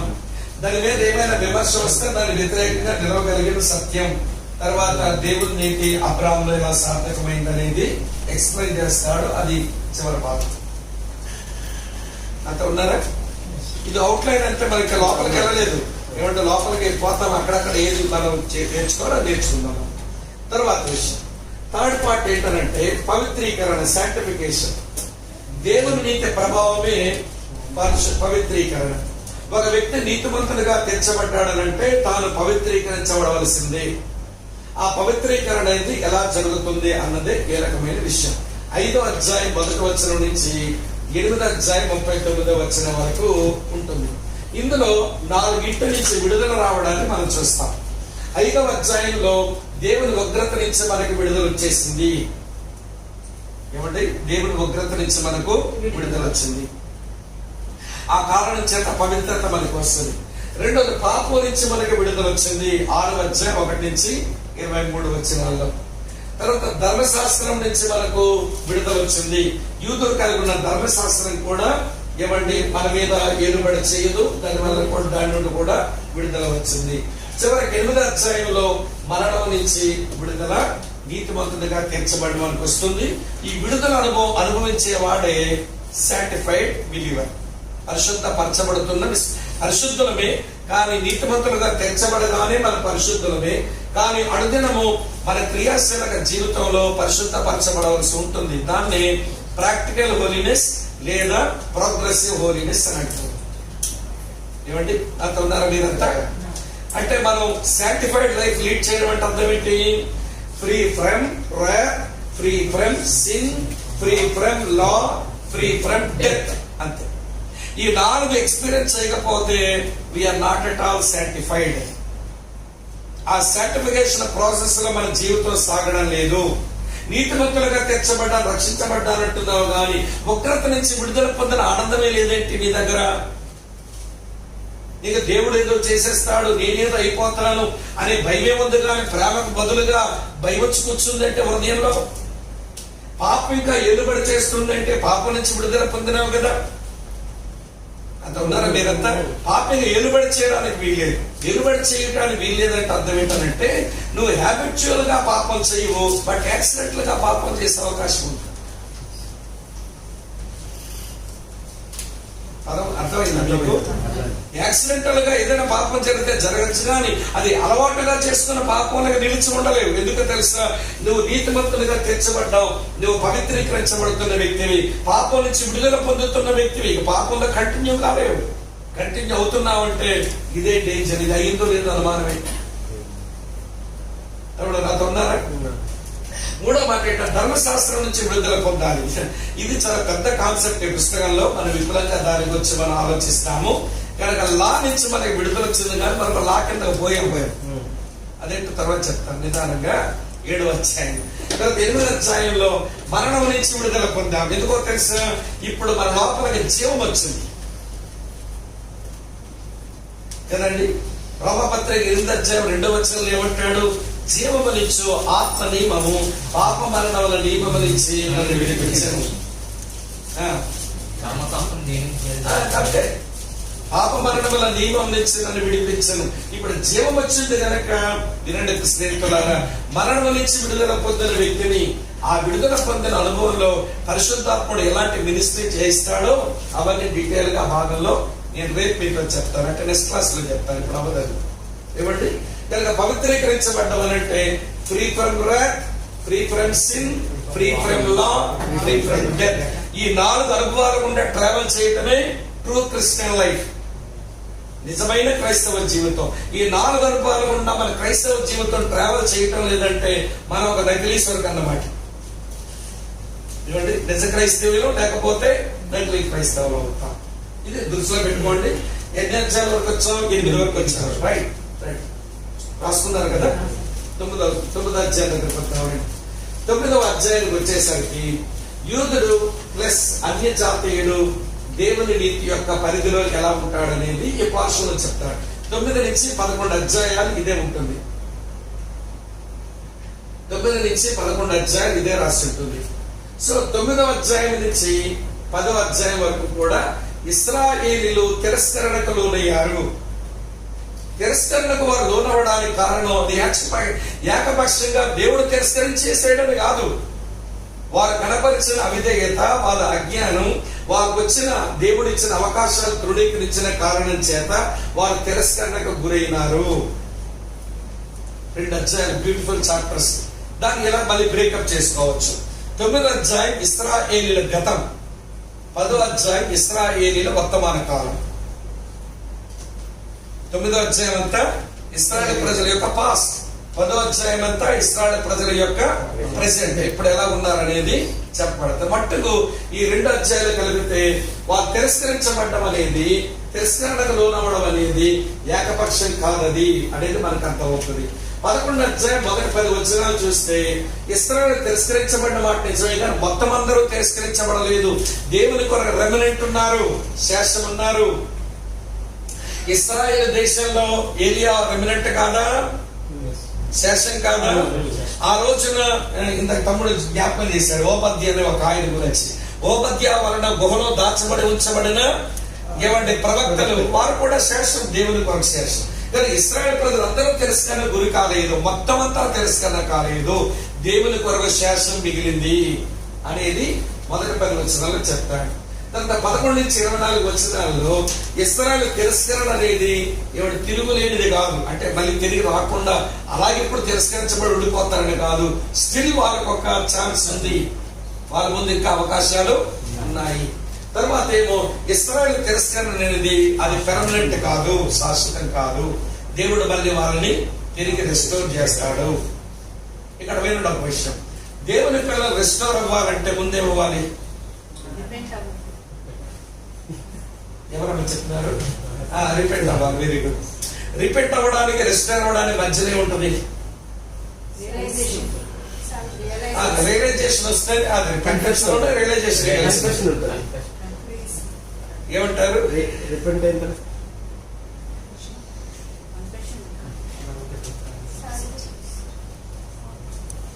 రెస్టోరేషన్ ఎప్పుడు మర్చిపోకండి, క్రైస్తవులు మర్చిపోకూడని విషయాలు ఇవన్నీ.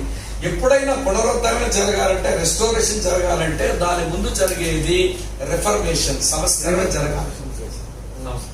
రిఫర్మేషన్ జరగాలి. రిఫర్మేషన్ జరగాలంటే అంతకు ముందు జరగాల్సింది రివైవల్ కావాలి. ఆ రివైవల్ లోనే రిపెంటెన్స్ ఉంది, ఏమంటే రియలైజేషన్ ఉంటుంది, తర్వాత కన్ఫెషన్ ఉంటుంది, అవన్నీ అందులో మిళితమై ఉంటాయి. అర్థమైందా అండి? దేవుడు ఇశ్రాయేలు ప్రజలు మళ్ళీ రెస్టోర్ చేయబోతున్నాడు. ఎప్పుడు తమ వాళ్ళు సంస్కరించుకుంటున్నప్పుడు. సంస్కరించుకోవడానికి మళ్ళీ దేవుడు ఏం చేస్తాడు? వాళ్ళ రివైవల్ అవ్వడానికి కావలసినంత సేవకుల పరిచర్య, వాక్య పరిచర్య దేవుడు వారికి అందుబాటులోకి తీసుకుని వస్తాడు. ఇది 11వ అధ్యాయం. వెరీ సింపుల్ చెప్తాను నేనండి. 9, 10, 11 అధ్యాయాలంటే 9వ అధ్యాయం అంటే ఇశ్రాయేలు గతం, 10వ అధ్యాయం అంటే ఇశ్రాయేలు యొక్క వర్తమానం, 11వ అధ్యాయం అంటే ఇశ్రాయేలు యొక్క భవిష్యత్తు. అంతే. ఇలా గుర్తుపెట్టుకోండి, 3 అధ్యాయాలు జ్ఞాపకం ఉంటాయి. ఏమండి? తర్వాత పోర్షన్ చాలా ప్రాముఖ్యమైనది. 12వ అధ్యాయం నుంచి 15వ అధ్యాయం 11వ వచ్చిన వరకు ఏమండి? సేవ, దేవుని నీతి యొక్క ఫలము సేవ. నేను నీతిమంతునిగా తీర్చబడ్డాను అంటే దాని ఏమండి దాని యొక్క ఎఫెక్ట్స్ ఎక్కడ కనబడాలంటే సేవలో కనబడాలి. ఆ సేవను ఏమంటే పౌలు భక్తులు రాస్తూ రిలేషన్స్ తో రాశాడు. మన సేవ చేయడం అంటే ఇలాంటి రిలేషన్స్ తో బతకడం. 12వ అధ్యాయం 1 నుంచి 2 వచనాల్లో దేవునితో మనం ఎలాగ సంబంధం కలిగి ఉండాలి అనేది రాస్తాడు. సజీవ యాగంగా మళ్ళీ మనం ఆయనకు అర్పించుకొని ఆయనతో సంబంధం కలిగి ఉండాలి. తర్వాత 3వ వచనం నుంచి 8వ వచనం వరకు మనతో మనం ఏ సంబంధం కలిగి ఉండాలి. రిలేషన్షిప్ విత్ ఇన్ us, మనలో మనం సంబంధం కలిగి ఉండాలి. మళ్ళీ మనలో మనం మొక్కలైపోకూడదు. కళ్యాణ్, మనలో మనం మొక్కలైపోకూడదు. మనసు ఒకటి, శరీరం ఒకటి, ఏమంటే ఆలోచన ఒకటి కాదు. మనలో మనం డివైడ్ అయిపోకూడదు, ఇంటర్నల్ డివిజన్ ఉండకూడదు. మనలో మనం సంబంధం కలిగి ఉండాలి. మనం ఏదైతే మనసు ఎరిగిందో, ఏదైతే హృదయం గ్రహించిందో దాని కొరకు శరీరం కూడా పనిచేయాలి. హోల్ పర్సనాలిటీ యునైట్ అయి ఉండాలి, అది డివిజన్ అయిపోకూడదు. కొంతమంది ఆత్మ సిద్ధమే కానీ డివైడ్ అయిపోయింది పర్సనాలిటీ. కొంతమంది శరీరం సిద్ధమే కానీ ఆత్మ సిద్ధంగా ఉండదు, మన సిద్ధంగా ఉండదు. అట్లా అవ్వకూడదు. హోల్ పర్సనాలిటీ ఏమంటే మన ప్రాణ, ఆత్మ, శరీరాలు అవి యునైట్ అయి ఉండాలి. మనలో మన సంబంధం కలిగి ఉండాలి. 9వ వచనం నుంచి 16వ వచనం వరకు ఒకరితో ఒకరు సంబంధం కలిగి ఉండాలి. ఇది చర్చ్ లైఫ్ అన్నమాట. ఇక్కడ నుంచి అందుకనే 12వ అధ్యాయం అంటే చర్చ్ లైఫ్ అన్నాం. 9 నుంచి 16 వచనాలు ఒకరితో ఒకరు ఎలాగ సంబంధం కలిగి ఉండాలి. తర్వాత 17 నుంచి 21 వచనాల వరకు శత్రువులతో కూడా మన సంబంధం కలిగి ఉండాలి. వాళ్ళ మీద పగ సాధించక, వాళ్ళకి తీర్పు తెచ్చక, వాళ్ళకి కీడు చేయక, వింటున్నారా, వాళ్ళకి మేలు చేస్తూ వాళ్ళ నెత్తి మీద నిప్పులు కురిపించడం నేర్చుకోవాలి. మనమే పగ సాధించేస్తాం, మనమే తీర్పు తెచ్చేస్తాం, మనమే కీడు చేసేస్తాం. సాధించారు ఆడు మీద నేను దేవునికి స్తోత్రం. మళ్ళీ కాదయ్యా, శత్రువుల మీద నిప్పులు కోర్పించడం అంటే ఏంటి? నిప్పులు కోయడం అంటే ఏంటి? నువ్వు నేను కీడు చేస్తున్నా, స్టిల్ నన్ను ప్రేమిస్తున్నావు, నేను లోపల మండిపోతున్నాను. నేను ఇంత కీడు చేసినా అతను నాకు మేలు చేయటంలో ఏంటో మనస్తత్వం, నేను ఇంటర్నల్ గా నలిగిపోతాను. నలుగుడే నిప్పులు పోయడం తెచ్చి నిప్పులు అవుతాం. నిప్పులు పోయడం అర్థం ఏంటంటే యోసేపు ఎంత కీడు చేశారు, యోసేపు పోషిస్తున్నాడు, నిప్పులు పోషిస్తున్నాడు, నిప్పులు పోస్తున్నాడు. అందుకని చివరికి వచ్చి ఏడుస్తేమన్నారు వాళ్ళు, నీ తండ్రి దాసులు మేము, మమ్మల్ని క్షమించు, నీ తండ్రి ఇలా చెప్పమన్నాడని అబద్ధాలు చెప్తే యోసేపు ఏడుస్తున్నాడు. మరి వాళ్ళు నేను పోషించేవాడిని ఏంటో, మిమ్మల్ని నేను పగసాధిస్తానా, నేను మీకు తీర్పు తీరుస్తాను, ఇట్లా మీరు ప్రవర్తించలేను అంటే వారు లోపల వస్తున్న సంఘర్షణ, ఆ సంఘర్షణ నిప్పులు పోయేటువంటి. లిటరల్ గా మనం నిప్పులు పోయాం. కీడు చేసిన మనుషులు మేలు చేస్తుంటే వాడు లోపల మనకు కలిగించే మనస్తాపం ఉందే, అది పైనుంచి పడే నిప్పులు కంటే లోపల పడించేయమంటారు. భోజనం పెట్టడానికి ఏమండి? భోజనం పెట్టే విషయంలో అవునండి, అది 17 నుంచి 21 వచనాలు. అమ్మా నాతో ఉన్నారా? మీరంతా ఇబ్బంది ఉందా? వినడానికి ఆపుదామా? చెప్పండి. ఆపుదామంటే పొలం వచ్చి చెప్తాడు. ఇది అవుట్లైన్ అయిపోయింది. అలాగే చెప్తాను. సో 13వ అధ్యాయం 1 నుంచి 7 వచ్చిన ప్రభుత్వంతో మన సంబంధం, రిలేషన్షిప్ విత్ ద గవర్నమెంట్. ఏమంటే గవర్నమెంట్ తో కూడా మన సరైన సంబంధాలు మనకు కలిగి ఉండాలి. ప్రభుత్వానికి చెందింది ఏదో ప్రభుత్వానికి ఇవ్వాలి. ఏమంటే ప్రభుత్వ అధికారులను మనం ఏమంటే సన్మానించాలి, లోపడాలి అనేది నేర్చుకుంటాం. తర్వాత 13వ అధ్యాయం 8 నుంచి 10 వచనాల్లో రిలేషన్షిప్ విత్ ద లా, ఏమైతే ధర్మశాస్త్రం ఉందో, లా ఉందో దాంతో మన సంబంధం ఏంటో దాని గురించి అక్కడ ప్రస్తావిస్తాడు భక్తుడు. తరువాత రిలేషన్షిప్ విత్ హిస్ డే, ఆయన దినముతో మనకున్న సంబంధం. ఆ దినం అంటే ఏంటి? అది ఫ్యూచర్ ఈవెంట్ మాట్లాడుతున్నాగా, రాబోయే దినం. ఏమంటే రిలేషన్షిప్ విత్ హిస్ డే, ఆయన దినముతో మనకున్న సంబంధం. తర్వాత సంఘములో సహోదరుల మధ్య బలహీనులు ఉంటారు, ఆ బలహీనులతో మనం ఎలాంటి సంబంధాలు కలిగి ఉండాలి. రిలేషన్షిప్ విత్ ద వీక్, బలహీనులతో మనం ఎలాంటి సంబంధం కలిగి ఉండాలి. ఏమంటే 7 సంబంధాలండి. తొందర మీరంతా 7 అడుగులు నడకనుకోండి. ఏమండి? దేవునితో సంబంధం, మనతో మన సంబంధం, ఒకరికొకరు సంబంధం, శత్రువులతో సంబంధం, ప్రభుత్వంతో సంబంధం, ధర్మశాస్త్రంతో సంబంధం, ఆయన దినంతో సంబంధం, బలహీనతతో సంబంధం. 7 సంబంధాలు సజావుగా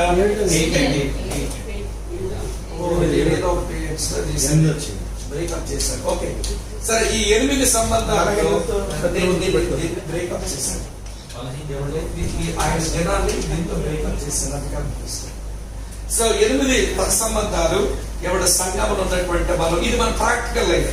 మనం నీతిమంతులుగా తీర్చబడిన మాట సరిగైతే, మనం అనుదినము పవిత్రీకరించబడుతున్న మాట నిజమైతే, మనం సంఘములో ఇతరులతో మిగిలిన వీటన్నిటితో మన సంబంధాలు ఎఫెక్ట్ గా కనబడతాయి. ఇది ఫలం, దేవుని నీతి యొక్క ఫలం. అది మినిస్ట్రీలో అది మనం చూపించాలి. మినిస్ట్రీలో ఇది కనబడలేదంటే అక్కడ ఏదో తేడా ఉంది.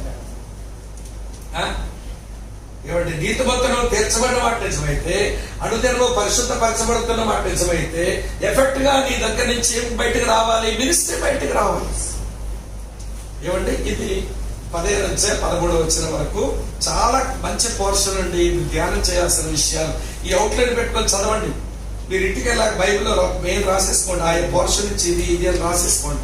రాసుకొని చదవడం మీరు ప్రాక్టీస్ చేస్తే చాలా విషయాలు మీరుగా నేర్చుకోగలుగుతారు. లాస్ట్ పోర్షన్ 15 అధ్యాయం 14 వచనం నుంచి 16 అధ్యాయం 27 వచ్చిన వరకు.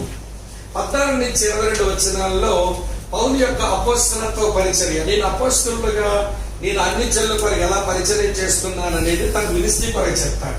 ఏమంటే క్వశ్చన్ చెప్తాను వినండి. మనం అనేక రకాలైన అర్పణలు అర్పిస్తుంటాంగా ప్రభుకి. ఒక అన్యుడి ప్రభు కొరకు ఎప్పుడైనా అర్పణగా అర్పించాలనే విషయం ఎరుగుదువా? చెప్తారా? మన మందిరంకి వచ్చినప్పుడు చాలా రకాలైన ఆఫరింగ్స్ ప్రభుకి ఇస్తుంటాం కదా.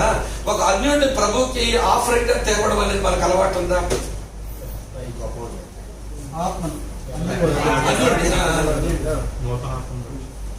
నూతనాత్మ కాదు, అప్పుడు నూతన ఇంకా లోకంలో ఉన్నాడు.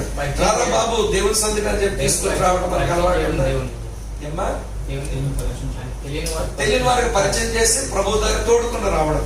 పౌలు అంటాడు అన్యజనులు అనే అర్పణ పరిశుద్ధపరచబడి దేవునికి అర్పించుటకు నేను బెన్యామీను గోత్రికుడినే కానీ నేను యాజకుడిని అయ్యాను అంటాడు. మరి అద్భుతమైన పోషణ. నేను బెన్యామీను గోత్రికుడినే కానీ నేను ఇప్పుడు అపోస్తలుని అయ్యాను, నేను యాజకుడిని అయ్యాను, నేను అన్యజనులు అని అర్పణ అర్పిస్తున్నాను అంటాడు. తర్వాత పౌలు తన ఏమంటే ప్రయాణ ప్రణాళికలన్నీ రాస్తాడు. నేను ఎట్లా ట్రావెల్ చేస్తున్నాను, ఎలాగా ఏమంటే స్పెయిన్ వరకు పోతాననేది తన ట్రావెల్ ప్లాన్స్ అన్ని రాసుకున్నాడు. 16 వచనాల్లో అతని యొక్క ప్రశంసలు, అదే ఎప్రిసియేషన్స్, తర్వాత కొంతమంది గ్రీటింగ్స్ చెప్పడం అనేది ఆ 16 వచనాల్లో మనం చూస్తాం. తర్వాత 17 నుంచి చివరి 27 వరకు హెచ్చరికలు, సందేశాలు, దీవెనలు ఇచ్చి మెట్టకు పత్రికను తాను ముగించి పడేశాడు. రైట్? నాతో ఉన్నారా?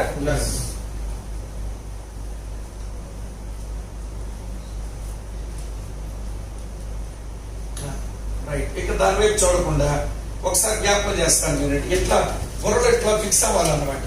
1వ అధ్యాయం 1వ వచనం నుంచి 17వ వచనం వరకు విషయ పరిచయము అంతే. 1వ అధ్యాయం 18 నుంచి 3వ అధ్యాయం 19వ వచనం వరకు అందరూ పాపులే. అందులో అన్యుల పాపులు, యూదుల పాపులు, సార్వత్రిక అందరూ పాపులే. 3వ అధ్యాయం 20వ వచనం నుంచి మళ్ళీ 5వ అధ్యాయం 4వ అధ్యాయం 25వ వచనం వరకు దేవుని నీతి ఎలా వస్తుంది అని చెప్పాడు.